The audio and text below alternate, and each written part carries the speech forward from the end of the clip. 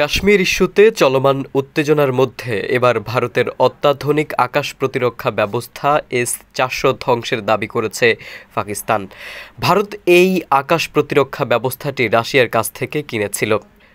পাকিস্তানের দাবি, অপারেশন বুনিয়ামুন মারসুসের অংশ হিসেবে তারা ভারতের পাঞ্জাবের জলন্ধর জেলার আদমপুরে অবস্থিত S-400 বিমান প্রতিরক্ষা ব্যবস্থাকে সফলভাবে লক্ষ্যবস্তু করে ধ্বংস করেছে।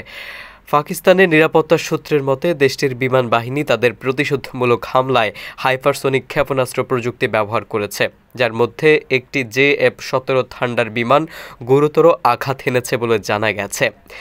S-400 সিস্টেমটি অত্যাধুনিক। এটির মূল্য প্রায় $1.5 বিলিয়ন, যা ভারতের সবচেয়ে মূল্যবান কৌশলগত সম্পদের মধ্যে একটি। অবশ্য গত মঙ্গলবার রাতে পাকিস্তানে ভারত মিসাইল হামলা চালানোর পর থেকেই একের পর এক দাবি করছে পাকিস্তান।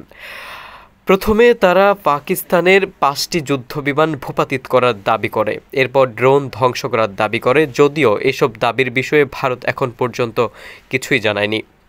তবে বিবিসি ভারতের রাফাল বিমান ভূপাতিত করার বিষয়টি সত্যতা নিশ্চিত করেছিল। এদিকে শুক্রবার রাতে ভারতের 26টি সামরিক লক্ষ্যবস্তুতে ড্রোন ও আর্টিলারি হামলা চালানোর দাবি করেছে পাকিস্তান। অবশ্য পাকিস্তান এমন দাবি করলেও ভারত এসব দাবির কথা স্বীকার করেনি। এই দাবি ছাড়াও ভারতের শীর্ষস্থানীয় ওয়েবসাইটগুলো হ্যাক করার দাবি করেছে পাকিস্তান।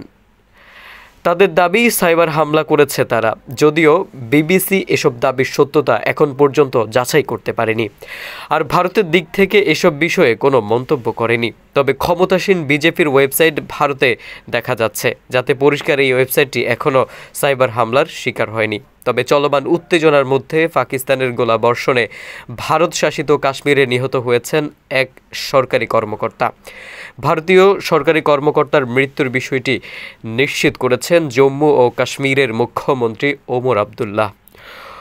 গত 22 এপ্রিল ভারত শাসিত কাশ্মীরের পেহেলগামে বন্দুকধারীদের হামলায় 26 জন প্রাণ হারায়। এই হামলায় দায় পাকিস্তানের উপর চাপিয়ে মঙ্গলবার দিবাগত রাতে দেশটিতে ক্ষেপণাস্ত্র হামলা চালায় ভারত।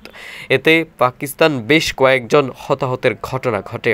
এর প্রতিশোধে পাল্টা হামলা চালিয়ে ভারতের বেশ কয়েকটি বিমান এবং ড্রোন ভূপাতিত করা হয়েছে বলে দাবি করেছে পাকিস্তান।